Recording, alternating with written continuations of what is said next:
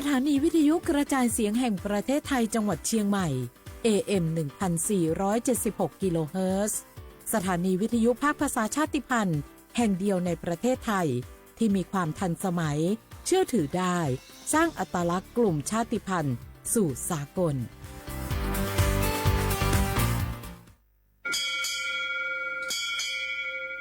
โอโบดาจ้าโอมิชเปอร์เมอร์ซุงคาก็ว่าย้อจงอุดูธรรมาสถานีวิทยุภาษาชาติพันธุ์แห่งเดียวในประเทศไทยทันสมัยเชื่อถือได้แล้วพบกันที่สวทเชียงใหม่ AM 1476 กิโลเฮิรตซ์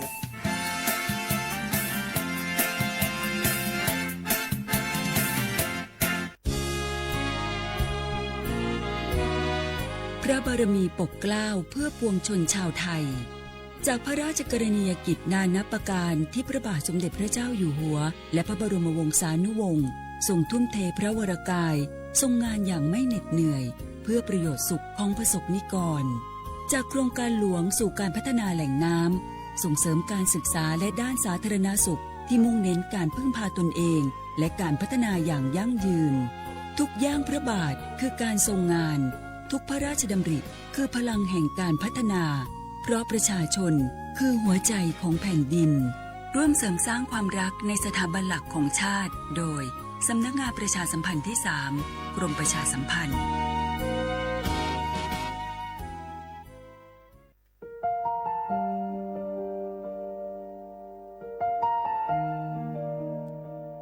ขอน้อมเกล้าถวายอาลัยสมเด็จพระพันปีหลวงพระแม่แห่งแผ่นดินผู้ทรงเมตตาเหนือเกล้าขอพระองค์เสด็จสู่สวรรคาลัยข้าพระพุทธเจ้าข้าราชการและเจ้าหน้าที่สถานีวิทยุกระจายเสียงแห่งประเทศไทยจังหวัดเชียงใหม่กรมประชาสัมพันธ์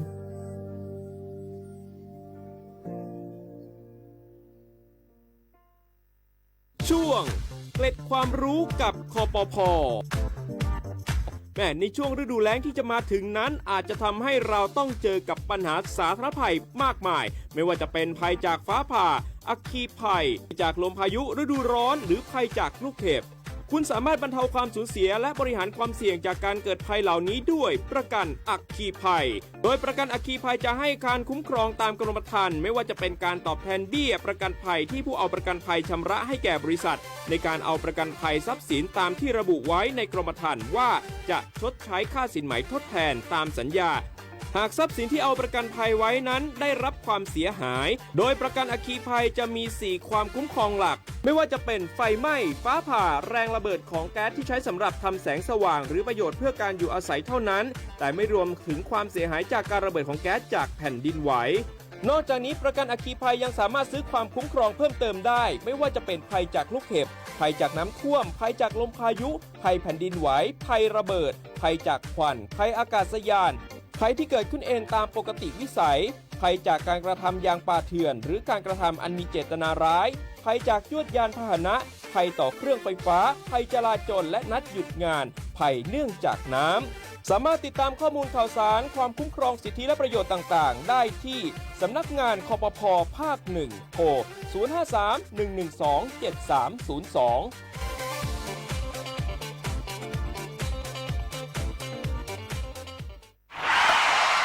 ปัญหาเคลมประกันไม่ได้กรมธรรม์ยังไม่คุ้มครองปัญหาเคลมไม่ได้ผู้ขายประกันไม่นำเงินส่งเข้าบริษัทประกันภัยปัญหาเคลมไม่ได้บริษัทประกันภัยปฏิเสธการจ่ายค่าประกันถ้าไม่อยากให้เกิดปัญหาเหล่านี้ต้องเลือกซื้อประกันภัยกับตัวแทนในหน้าประกันภัยที่มีใบอนุญาตหรือในหน้าประกันภัยที่ได้รับมอบอำนาจจากบริษัทประกันภัยเท่านั้นเลือกความปลอดภัยมั่นใจในกรมธรรม์สำนักงานคณะกรรมการกำกับและส่งเสริมการประกอบธุรกิจประกันภัยสอบถามรายละเอียดเพิ่มเติมได้ที่สายด่วนประกันภัย1186และสำนักงานคปภ.จังหวัดทุกแห่งปี้ยังไงดีเจ้าแม่น้องกำลังเข้าสู่ช่วงสูงวัยและจะดูแลเปิ้ลยังไงดีเจ้าฮูก็ผู้สูงวัยเปิ้นไม่ได้เท่าเหมือนกันหมดเนอะกลุ่มติดสังคมเนี่ยว่าเปิ้นแก่แต่ใจวัยรุ่นต้องจวนกันออกกำลังกายทำกิจกรรมเวลาปะหมู่ปะฝูงมาใดเปิ้นก็ตึงคึกคักกันกูเตือ อันนี้แม่น้องเลยนะ วันๆออกไปขายเห็ดลมที่ตูดกาดแล้ววันนี้นะเปิ้ลก็มีนัดไปที่โรงเรียนผู้สูงอายุแหมซอบอกซอบใจขนาด กลุ่มติดบ้านก็เป็นกลุ่มที่บ่ออกไปไหน ต้องแปลงบ้านให้ปลอดภัย เตียวบ่ข้องบ่เต้า มันไปพอไปกอย ดูแลเรื่องกับข้าวกับป่าจะได้มาง่อมมาเงานะ ส่วนกลุ่มสุดท้ายกลุ่มติดเตียงก็ต้องพอต้องกอยบ่ฮื้อลำหูลำตา ตึงพลิกตัวทำความสะอาด ดูแลอาหารยุกยา และต้องใส่ใจเรื่องของความรู้สึกบ่ฮื้อเปิ้นรู้สึกว่าโดดเดี่ยว ฟังจะอี้ค่อยสบายใจหน่อยเจ้าขอบคุณนักๆเจ้าพี่เดี๋ยวน้องจะปิ๊กไปดูแลแม่ก่อนนะเจ้า และจะไปลืมตามแม่ไปตรวจสุขภาพประจำปีตัวเนอะ เจ้า ดูแลผู้สูงอายุถูกวิธีผู้สูงวัยก็ยิ้มได้ ลูกหลานก็สบายใจ ด้วยความปรารถนาดีจากสำนักงานประชาสัมพันธ์ที่ 3 กรมประชาสัมพันธ์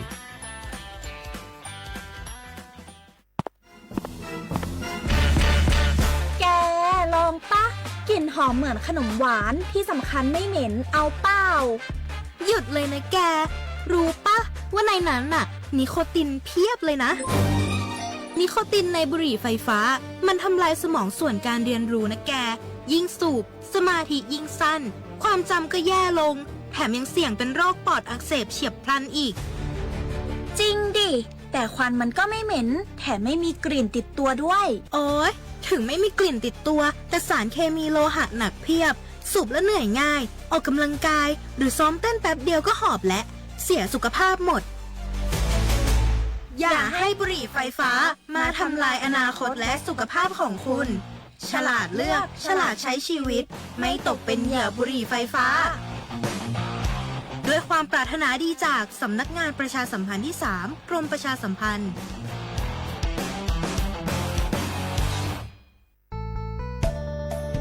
สถานีวิทยุกระจายเสียงแห่งประเทศไทยจังหวัดเชียงใหม่ กรมประชาสัมพันธ์ ประกาศรับสมัครบุคคลเป็นลูกจ้างเหมาบริการตำแหน่งพนักงานกระจายเสียงภาษาเมียนจำนวน1 อัตรา เพื่อเป็นตัวแทนนำข่าวสารร่วมพัฒนาคุณภาพชีวิตชาวเมียนและเผยแพร่วัฒนธรรมท้องถิ่นให้เป็นที่รู้จัก ผู้สนใจยื่นใบสมัครด้วยตนเองได้ที่งานธุรการสถานีวิทยุกระจายเสียงแห่งประเทศไทยจังหวัดเชียงใหม่ตำบลช้างคลานอำเภอเมืองจังหวัดเชียงใหม่ตั้งแต่บัดนี้เป็นต้นไปจนถึงวันที่31 พฤษภาคม 2569 สอบถามข้อมูลเพิ่มเติมได้ที่ 053-276-068 ในวันและเวลาราชการ มั่งลิวเอาเก่งเศร้าก็โอ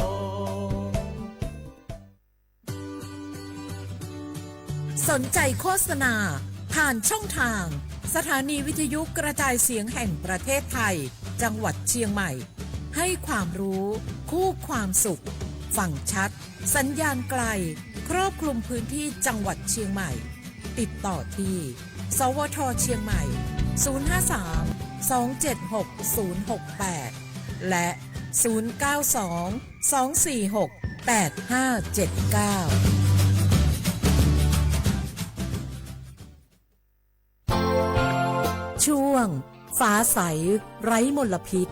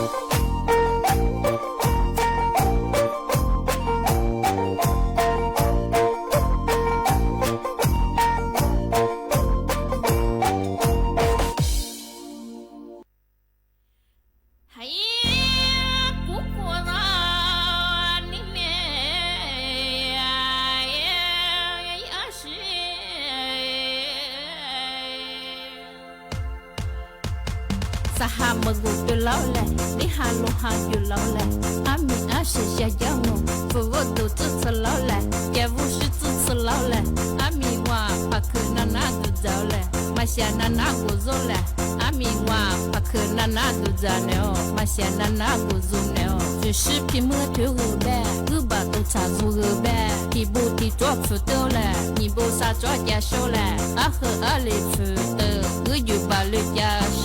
咦你手啊咪我不得哈不罗马的也是哈多了马的是多么子嘎啦嘞我罗么来的老嘞啊你我是多他多我马中嘞我罗他多马呀嘞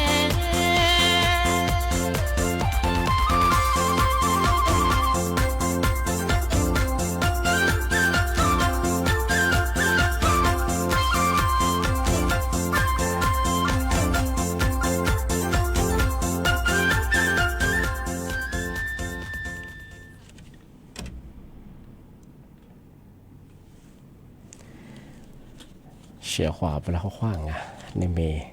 หนีมุกว่าหนีสามโมงอ่ะเอารายการลิสงโงโดดสตขวาไปเราง่ะในๆไปคือสวมมุกว่าหนีเจมูตขวาโดที่หมดแล้วไปคือไงหนีมุกว่าหนีสามโมนาทียังว่าหนีนาเนี่ยเสตัวจ้างอ่ะในเมถึงยังงอไม่ยังอ่ะเอาลิสูอันบางเป็นอย่างคือลีฮาสานี่ไงในเมถึงยังบ้างอย่างคือฟูนี่อีโคนี่โตนี่จะโฉโค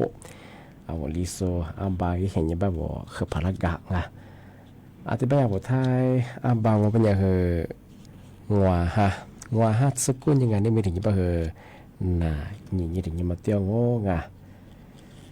อาทิตย์นี้ไงนี่มีทีมมูลค่าไงยี่รายการพิเศษมาตัวช่วงไงทำมารายการฟ้าสายไร้หมดพี่เป็นไงทำมาคือที่มีฮิโรฮัตตะบัวไงเอามีข้าวงูไม่ยังคืองอเอาสุขภาพข่ายช่วงง่ะจะมาแต่จะมาปีมากกันทีเดียวแจ้งเตือนใหญ่ช่วงง่ะช่วงง่ะเอาเมื่อสังงูไม่ยังไงที่เอาผู้ว่าไงจังหวัดเชียงใหม่คือยากุหลาบกันทีเดียวกว่าอยู่ละความกันที่กว่าบ่อาทิหมอกควานไงตู้เบียร์มาจากกว่าอาทิยังคือลิยีจ้ามังอ่ะอาทิยังคือลิยีที่เรามีฉันมาขันละมังอ่ะอาทิยากกว่าโยกมาทิยากช่วงไงอาทิบางไม่ยากที่ยากกว่าแก้ไขมังไงมันยากกว่าจับสารงออาทิฟุตบอลทุกพวกไงยิงงบประมาณมันคือยังคือที่จะงานซื้อล้างที่เสียชิมเหตุบัตรสิ่งอะไรอย่างเงี้ยนี่จะลีอำเภอไงที่ยากกว่าที่แก้ไขปัญหาไฟป่าไงที่อย่างที่ฝุ่นควันไงแต่มาคือที่ยิ่งจอมงานมาคือนี่จะเลี้ยงพวกบ้านชาวงานบางงานฝุ่นก็คือซื้อล้างหมดสิ่งงานที่บ้านมันยังไงจะมาแต่เชื่อที่ถึงบางก็มาคือยาที่เจ้าหน้าที่ส่วนใหญ่ที่ยิ่งเยอะไงที่อะไรเลี้ยงบางงานที่แต่ละหมู่บ้านที่กว่าย่าที่ให้ความรู้ไงเกี่ยวกับหมอกควันไฟป่าบ้างไงตุ่มหมัดโซงตุ่มหมัดโซก็คือยี่มีผมเสียมาคืออะไรเรียกมาที่นี่ยี่ที่ให้ความรู้ที่เยอะชงไงที่บ้านไม่ยังชงไงมาคือยังคือตุคือมาเกิดช่วยชงไงตุคือผสมมาคือแบบยี่หมอกควันมีอย่างหมอกควันมีอย่างก็คือความฟูชีแดงที่นี่คือยืดตัวจงก็คืออากาศคือมาข้างอากาศคือมาบริสุทธิ์ก็คือกูดนี่คือสุขภาพคือยังคือมาข้างก็เลยช่วงงานทุกคนยังคือมาสะสมที่ผู้ว่าใช่ไหมคือยังไงที่ผู้บาดทำใจยังคือนี่จื้อลีอำเภอก็คือจัดจื้อพระสงฆ์มันยังคือยังว่าคือสีเฮียงสีเฮียนี่จื้อสีจัดจื้อที่เราจะสิ่งอะไรมาที่ส่วนกว่ายาที่แก้ไขปัญหายังไงที่ว่าฟุตบอลคืออยู่ว่าสิ่งไงที่ถึงบางงูไม่ยังไงที่ถึงบางคนมาคือกุหลาบคือเอาเฉพาะที่ปีใหม่ประกาศยังไงที่เอามาสะสมจังหวัดเชียงใหม่ว่ายังไงตัวถัดสุดไปที่ห้าว่ายังคือว่า5 4ที่เนี่ยซึ่งอายุคนอยู่ตรงนี้สุดคือกูโขง มาตุพัดสองเป็นยังไงสุดท้ายสุดบ่เฮาสุดช่วงฟังไปบ่เฮามาเฮกลุ่มหมายนัดช่วงปีควานเอาตุมาสุมาดาอันเลียเฮตุช่วงบ่เฮงเอาว่ารถเบียงไงระบบไฟดีนี่เฮทีเดีรถเบียงอยู่ว่าบ่งมันก็ชื่อว่าเทศบาลเอายี่ทีเลยติดต่อทีเลยแจ้งเองเอาที่มาขออนุญาตยืมก็ไม่ไงที่ท้าบอกว่ารถเบียงไงระบบไฟดีว่ามายี่บ่เฮช่วยช่างไงที่เป็นอย่างมาไงต้องมาสมบัติได้บ่เฮยี่ทีรถเบียงไงมันก็ชื่อยี่แจ้งว่างที่เป็นอย่างเช่นของปีว่าอะไรตัวอย่าตัวพอเบียมันก็ชื่อมาตัวจะพอมงเป็นยังไงโทรแจ้งได้ไงมายี่บุตรบ้าคืออย่าง053ไงที่อย่าง112-808ไงมันก็ชื่อ191ไงมันอย่างนี้จื้อลีจุบุตรีโทรแจ้งได้ไงที่เป็นช่องไงมาคือแต่คนแรกที่อยู่ตัวละคนช่องไงตัวจะหมอกว่าคือเบียร์ไงที่นี่ไงที่ถิ่นบางโง่เป็นยังไงที่มาคือยาบ้าคือไงถ้ามีรถสูบบ้าคือไงมาคือถิ่นนี้ที่ว่างอยู่ตัวละคนไงตัวถัดสูบไปยังไงตัวมาสูงเป็นยังคือยี่หมอกควานยี่หมอกควานตรงฝุ่นพีเอดิชื่อนี่แหละเป็นยังไงที่ยังคือตัวมาสูบบ้าคือมีเสือข้างที่มาถึงมาที่มาสาตุคูมียามองเป็นยังไงหมอกควานมียามยังคืออะไรก็เราเป็นยังไงที่ตุดสวมไงตุดสวมไปเท่าหัวหิ้งกันจะรงตุดขยับสวมมาหมดสวมมารงที่มาคือคอยงี้หลามงที่ถึงมองมาที่โลโลยี่เบนแบงแต่ก็ได้ว่าโลมันจะอยู่แบบก็ยี่ท่อมาคือตุดฝนตัวมาคือเราคอยงี้ยี่ตุดขมาคือมาคือยี่หมอกควางยี่หมอกพิษตัวเชิงเนี่ยเราคอยงี้คือผิวเรามาตัวเชิงที่ถึงมองมาที่มีเลือดจากว่ามียามีอะไรบ้างมีลุดสอมงมีตุดสอมงตัวคนยังแบบมาจากของที่ถึงบางไม่ใช่ที่รู้ใช่ไหมดียังไม่ยังขวาอะไรบ้างตุดสอขวากามงตัวคนยังตุดแบบมาที่เล็กเกชิงที่เป็นยังของที่บอกว่าเขตอุทยานเขตอุทยานเห็นชาหรืองมันก็เรียกว่าเขตสงวนป่าที่เชิงตุดสอมงถ่ายเย็นกันว่ามาตุดสอมงจะคูบีก็คือที่คู่ความยังคือสื่อคู่สื่อเปี้ยของที่ยังคือฟุตบอลคู่ละมาคือ你下话你你拿资本了比话呢你资换来讲不话说嘛怕别个ยังคือ里ยังคือยังคือลีคู่ความยังคือ你资คู่资本ของฟุตบอลบ้างก็บ่คือ你หมู่ความยังคือ你ล้าน资จะมาคือกว่า比话นึกว่าโซเขตอุทยานมันก็ชื่อว่าเขตสงวนป่าที่เฉยตุปัจจัยยังที่ถึงบางแม่ที่ยิ่งกันเลยกันจะว่างใครอยากตุชอบงทำไมเพราะพรบการสาธารณสุขทำไมยากกฎหมายตัวบริเวณจำคุกบาคือสร้างมาเบื่อที่ยังผู้บักโคจะมายี่ตัวงวเฮียตัวเจ้ายี่เมืองว่าตัวบักโคจะมันก็ชื่อโคจะโคเบื่อสมัยพี่ขวัญว่ายิ่งกันเลยกันจะตุชอบขยันชอบที่ถึงบางไม่ยังว่าโลยูสุโลชิสุไม่ยังมาพี่ว่าโลว่ายี่ท่อวางตัวคู่คือดวงไม่ยังยี่มาแก้ไขยี่มาใช้บ้างมาเคยพรบจราจรให้ยี่กฎหมายถูกบริบาลโคจะมาไม่ยังไม่เกินทิตุบะเป็นทำไมถึงมาที่ถึงมาแบบเดียวมีเรื่องจะสู้ดิมิใจยี่จะสู้แบบโลกจิ๋มยี่จะสู้แบบมาปีว่าตัวพัดสองมันยังมาขยะประมวลที่กฎหมายถูกว่าแบบนั้นเป็นมาตรายี่จำเป็นจำคุกโคเบลชิโคเบลที่ยังผู้บักโคจะมาขยะปรับไม่เกินที่ชาลิมบักโคจังมันก็ชื่อโคจังโคเบลชิงที่ถึงบางมันยังมาขยะไม่เคยว่าเขตอุทยานมันก็ชื่อว่าเขตรักษาพันธุ์สัตว์ป่าที่ชื่อว่าตัวผสมยังถ้าทางว่าแบบนี้ลีคู่ความยังคือยี่สิบขวดสิผู้บักโคจะมายังคือลีชาว่ายังคือยี่ชาสิบขวดกันบักยี่กฎหมายที่รถทยามังปีขวัญตัวผสมมันยังคือผู้บักมีสิบขวดมังโคเบมีขวดสิบเบ็ดมังทำมา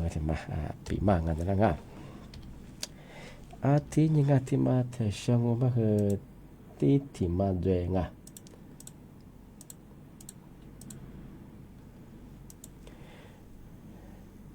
他妈我们样啊，比话我说阿妈我阿里多样啊，比话ลูกชิมยาตัวคือพาเบียง我们样คือไงยิบุโทงหน่วยงานละมาโทรแจ้งตัวมังว่ายิบุโทจะมาแบบร่างยิบุถึงมาโง่ไม่ยังทำมาเคยศูนย์อำนวยการป้องกันอะไรอย่างเงี้ยแก้ไขปัญหาไฟป่าพวกนี้หมอกควันอะไรอย่างเงี้ยฝุ่นละอองมาจังหวัดใช่ไหมยิบุโทไม่ยัง053ที่คือ112808ยี่มาถึงมาโง่ไม่ยังทำมาเคยตำรวจภูธรจังหวัดเชียงใหม่มาคือสายด่วน191โทรจองที่ถึงบางงไม่ยาทำมาคือยาบ้าคือส่วนควบคุมปฏิบัติการไฟป่าเรื่องมาคือจังหวัดเชียงใหม่ยีบุตรไม่ยาคือ053232019ปีความมาวุฒาไหลสวติประเหินงวทายยีบุตรกระด่างที่ถึงบางงไม่ยาทำมาคือศูนย์ส่งเสริมการควบคุมไฟป่าเชียงใหม่มาคือบุตรคือ081มันก็จะคือ951มันก็จะคือ4521ตีที่ถึงบางมันจะคือสำนักงานจัดการทรัพยากรป่าไม้มาคือป่าไม้ที่1บ้างยิบุตรคือ052ที่จะคือ081758ปีความว่าตัวพับยาประเฮงที่บุตรว่าโทรแจ้งงานที่ถึงบางงเป็นยังไงมาคือสำนักงานบริหารพื้นที่อนุรักษ์ที่16บ้างสุดโสยิบุตรมันจะคือ053ที่จะคือ276100มาคือโทรแจ้งได้ที่นี้ที่ถึงบางงเป็นยังมาคือสำนักงานขนส่งจังหวัดเชียงใหม่บ้างมาคือสายด่วนยิบุตรมาคือ1584มาคือโทรแจ้งได้ที่นี้โรยมาก็มาคือกระทรวงกระทรวงทรัพยากรธรรมชาติที่จะคือสิ่งแวดล้อมบ้างมาคือสายด่วนคือยีบุตรมาคือ1310อาจจะไม่ชกพี่ว่าโลชมีว่าตัวเขาเบียพามองว่ามันยังไงอะไรชื่อความเงี้ยตัวเบียมาตัวจะเป็นไงทำไมยีบุตรเราเชื่อมั่งวุฒิที่โทรแจ้งจองที่นี้ที่มาเทชงว่าคือที่จะมาเรื่อง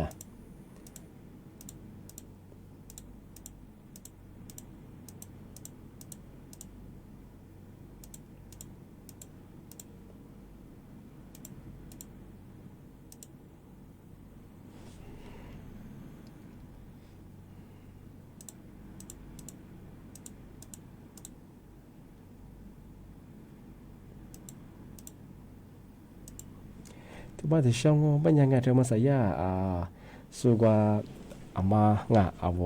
ตัวผสมบางทางว่าน้องไปหัวยี่กฎหมายเวลาความยังสุริยาที่เลี้ยงสอบไปชิงทำไมช่องแบบกุ้ยมันทำไมแบบกุ้ยที่บ้านยังเคยมาสั่งว่าที่ยากว่าสุกรมอนามัยอนามัยโดยที่ยังที่ยาสครบ้างมาคือจังหวัดใช่ไหมครับไม่เคยเตือนที่ฝุ่นพีเอ็นขนาดเล่นมาคือ2.5มาคือปีข้าวที่มีฮิโรฮาวานีปีข้าวแย่อากาศมาเข้าบ้างอีสุขภาพบัวเบียมังที่เบริยาวาโซสำนักงานป้องกันที่โซนนักบัวกว่าโซนร้านอย่างที่นักการทำมาที่ลีเจอกับมังที่ยังตรวจสุขภาพเยี่ยมมาที่ลีเยี่ยมไปชิงที่เป็นยังชาวงานปีข้าวมาคุยดูมาใจยังพันดาวมันยังคือถัดชิฟุระมีจริงยังคือแบบกุยว่าตัวเองปีข้าวพอชิฟุระมันจะคือคุยดูกุมยังคือบ่ฮะเบียมังน่าคือจะชิงที่ยังไปคือปีข้าวอากาศมาข้าศึกแล้วบางอย่างสุกุเดียวคือโรคหัวใจมันก็ชื่อว่าชีจ้าคือที่เรียบยามาตรงที่ยังมะเร็งคือเรียมังน่าคือมีอาชีมีอาชีพที่เรียบแบบมันคือมีความเสี่ยงที่ไปทำมาสัญญาที่กรมอนามัยโซเรนัตบัวกว่าชิโซยินที่เรียนักการอนามัยแจกมาตรงที่ยังคือว่าที่นัตบัวปีมาคือที่เรียกชิงที่บางไม่ใช่ชาวคนมาคือตื่นตระหนกตัวถัดส่งตัวคือผัดส่งมาคือทำมาคือกูเดียวคืออันตรายยังที่บ่ขออากาศมาขับมาคืองานที่ถือบางโง่มันยาคืนบางอย่างคืนที่เราแนวว่าแก้ไขมันอันลิกิเนี่ยคือไฟป่าTPA 2.5มาจูนำมัง yếu thì mà bao giờ vừa qua bao họ làm cân để nghe thì ăn tu khổ quá nhỉ ăn tu khổ qua bộ phim sản xuất bao qua thì ăn tu khổ quá nhỉ phim làm mà qua bộ lúc khum bé lùm bé tu so màที่qua bộ lông ngà quá nhỉ plastic so mà mà cái chỗ làm màที่ถึงbao giờ bao giờ bộ sử dụng cứ tụt ra bằng sử dụng cứ bắt tu bao giờ bao họ sử dụng bao giờ y một khoa ngoài y đủ thì chỉ là bao giờ bao giờอากาศคือเย็นบ้างที่ถึงบ้างคือมาคือวุกกมาคือที่ตาวบ้างไงวุกกมาความจุบ้างคือมาตุสบ้างคือวอลลุ่มนางว่าบ้างคือวุกกมาความจุบ้างคือบังคับใช้กฎหมายที่น่าชิงที่ถึงบ้างก็ไม่ใช่คือไงปีว่ามาอัตุพัดสงบ้างคือปีมากไงอัตุรัดสุเป็นยังไงอัตุส่วนใหญ่คือที่ยี่ก็คือเบียร์ก็งอที่ยังคือสุขภาพคือเบียร์มังที่คือบ้างคือแต่คนแรกตัวจะเราคงที่มาคือแนวทางเดียวปีว่าตัวหมดสุภาพยี่หมอกว่าคือหมดจุดไปเชื่องที่มาถึงมาปีมางที่มาคือมาคือแต่คนแรกยิ่งจะเราโคชของตัวรัดสุตัวรัดสุคือต้องกุศลหมอกความยังว่าอาการมาครับคือสุขภาพคือมาครับก็แรงอธิบายว่าสารยาจังหวัดใช่ไหมคือไงที่นี่มีที่ห้าว่านี่คือบัตรมาคือซาหัวฮะซาสิ่งสิ่งสุดตัวมาก็ส่งapa kata mati pi ma di chen to sanga ati banyak kan ada masa mugwa te khwa gan na chok ngan ma ha chila wo khwa za ya จังหวัดตากจะส่งทุฝรั่งหัวจีลิมิมก็คือเตี้ยที่ลีผูกบ้างอันนี้บ้างชุกปีมาคือที่เราจงบ้างเราจงกว่าคนนั้น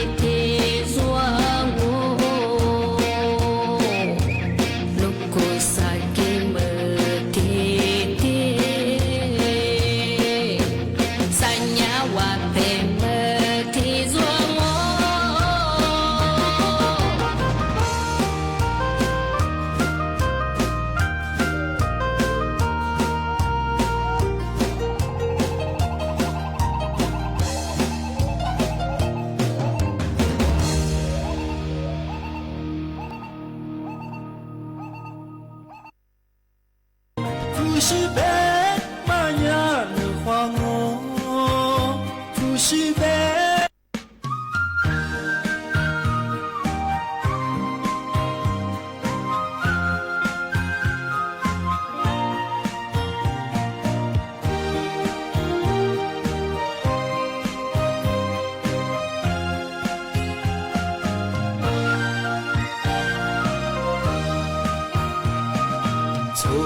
萨萨瓦提罗，米萨西提拉从阿米，马色不怕皮过，吃脏话咱们就是你。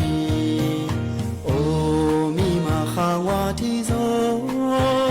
你的父是我的马抓你，米萨西。咱来苦嘛闹，出走苏里来苦掉我，不是白马呀能花我，不是白马呀你杀死我，你的不是我的马抓你，你杀死你不怕皮过。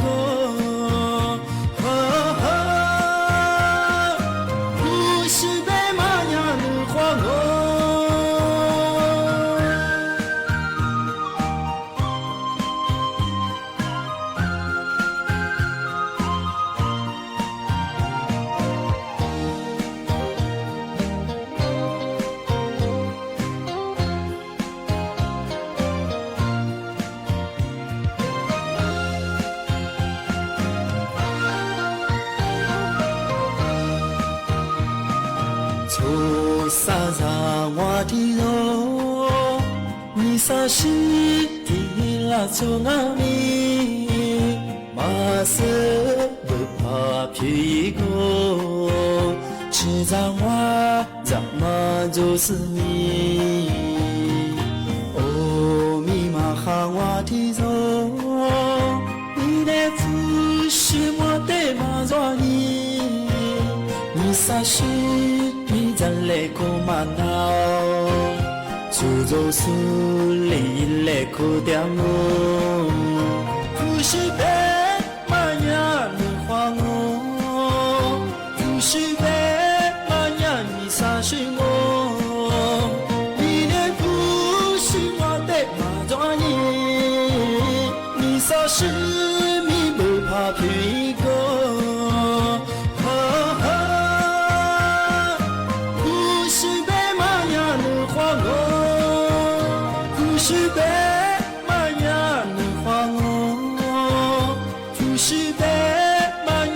杀死我，你的不是我的马抓你，你杀死你不怕皮过，不是白马呀能花我，不是白马呀能抓我。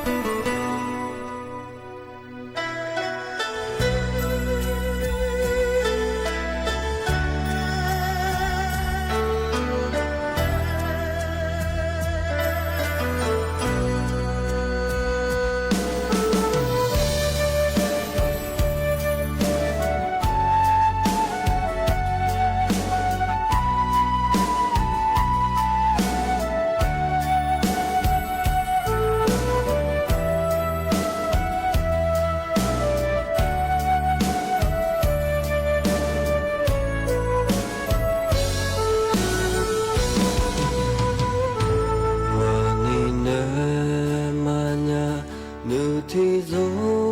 เลียลีกูเทที่เธอโนเบตามานินเนเคเลวานิมิเทเธอเธอวานิมาคูวานูเบคือเลวามาไม่เล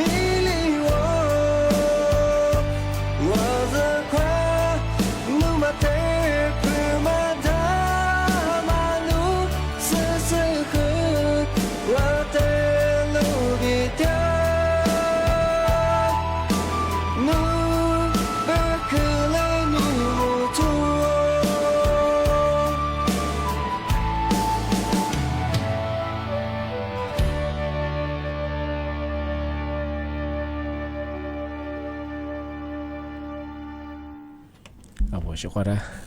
ปีมากมาคืออาทิตย์ละจงอ่ะอาทิตย์แบบสั้นแน่เนี่ยชมมุขวานี่เจ้ามัวงะแต่ว่าบุหรี่กว่านี่แม่บุรายการลิสงอประกาศกุบัตรเจ้าใหม่งะสอบรอเชียงใหม่แบบคือดาวงะอาทิตย์ทาววิทยุโดยจำมางะมุ่งจะแบบคืออีกครึ่งความถี่เนี่ยคือติดตุลีเนี่ยชีดชัวจูเนี่ยตัวละที่ยิ่งทาวระบบไลฟ์สดบ้างไงสวทเชียงใหม่ AM 1475อธิบายว่ามันยังชกกันนี่มันคือหนีมุขวานี่3มุงมาสักคืออาลาสนาที่สาจิตยองบางเอาไว้ช่วยเรื่องมึงว่าที่เด็กพุทธยองอธิบายที่ทำมาปัทยามาสากรมอุตุนิยมวิทยาที่มีทั้งว่าโกนิโซเตนิโซคือแจ้งเตือนพลังมาสาสุพรรณเหนือบ้างบางพื้นที่ไงที่ก็ต้องบางอย่างคือมีฮิโรฮาเยอะเมื่อฮาเลียมาคือจัวงอธิบายชาวของมาลีตัวเยอะโวยข่าวสารไงที่มาฮาลีพวกมันกัดตัวนี้ไงอาทิตย์นี้คือโลเชื่อว่าคือตาเนี่ยเชื่อว่าฮาลีเนี่ยคือจังกูคือจังกูที่ก็ตัวคือจังกูมาค่ะจังกูจุดเหลืองจังกูยิ่งคนจะบ้าจ้าโลเชื่อมันสุดเลยคือเนี่ยคือโลเฮงตาลายังจ้าว่าจังกูกดโลกิเลเปจะหลบพยามบ้างถ้าสุดแล้วยืดบางงานบางคือขึ้นเนี่ยเนี่ยเจ้าบ้าเมื่อฮาลิจ้าหลบเชื่อว่าตาเนี่ยเชื่อของห้ามอาทิตย์เป็นยังไงนี่มีที่บุรุษคณะปีมาคืออาทิตย์ละจงว่าว่าคือบ่มองงาคว้าสวัสดีครับ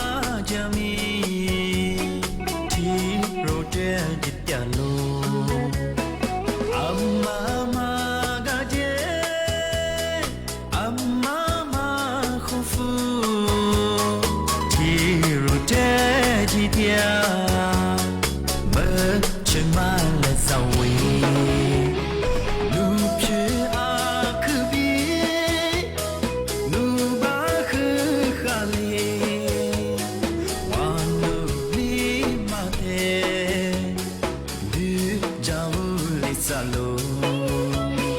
nu be gule we nu za gu dola ma do nya fu liu me chen ma le za we si ja me chen ma oh si ja lo me chen ma你那么吃吗？哦，你那了么吃吗？一大不吃吗？咋咋么吃吗？杜拉么吃吗？不吃吗？不吃吗？